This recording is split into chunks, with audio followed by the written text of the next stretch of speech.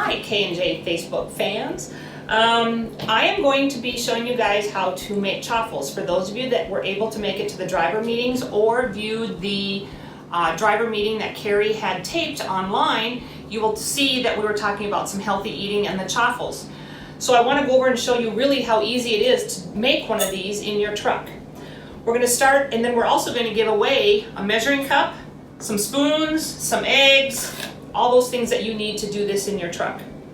First of all, you're going to need some shredded mozzarella cheese, some almond flour, and some eggs, also known as hen fruit. But we'll start with the mozzarella cheese. You don't have to be really particular on measuring, just a good half cup of it into the measuring cup. Then you're going to add your egg.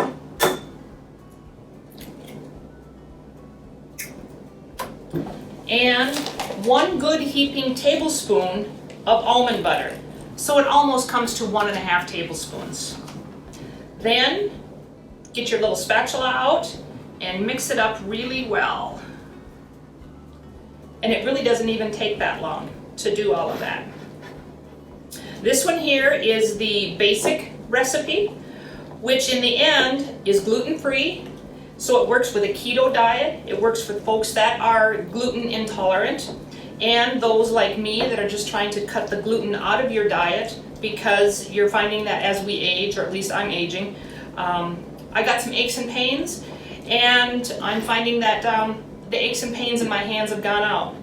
I've already got it mixed up, so now I'm going to put half of the mixture into our little nostalgic waffle maker, which I also got at Walmart.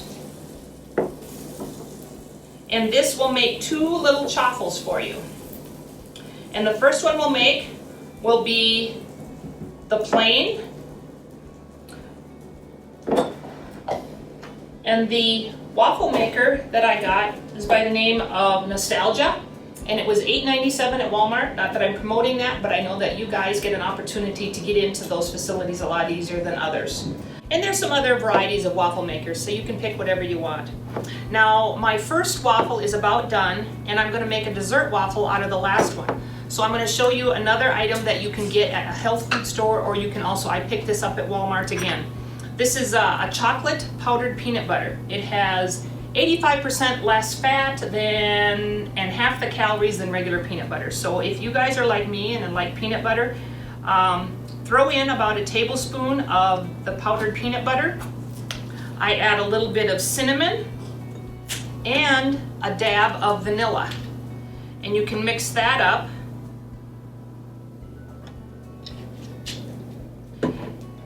And the only thing that really limits you in all the flavors that you can put into a chaffle is your imagination. I have used mushed up strawberries, all kinds of fruit. I used cherries one day, I did strawberries and blueberries, and I also made a mistake. I used real fresh pineapple, and I had a terrible mess. So please learn from my mistake, don't use raw pineapple, because it doesn't work. I kind of think the way it smells, my waffle is ready. There it is. We will take it out. There we have one chaffle, everybody. That didn't take long at all. And now we're going to make our dessert chaffle. Oops. And we'll get this put in there and get it spread around. Oh, it smells so good. I know you guys can't smell there, but it smells really good. I want to make sure we get all that chocolate and peanut butter in there. So we'll scrape and close. Now on another variety of the chaffles, when I have a plain one, I've been known to add some minced onion, minced garlic, some Italian seasoning, and because this little recipe that I just described to you makes 2 chaffles, it then becomes your hamburger bun. So there's another way for you to utilize that. They work great. You can make these ahead of time if you're at home. And I've kept them in the refrigerator for about a week. So if you don't feel comfortable using a little toaster or a little waffle iron like this in the truck, you can make them ahead of time out on the road to take up with you out on the road.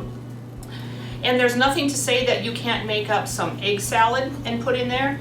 You could layer a slab of ham and cheese and then microwave it, and you'd have a hot ham and cheese chaffle breakfast sandwich, whatever word you want to call it. The only thing that limits you here is your imagination. So when you guys start to use these things and start to use the recipes and expand your horizons on it, send your ideas in to us and we'll pass those on to others that are trying to change the way that they eat as well.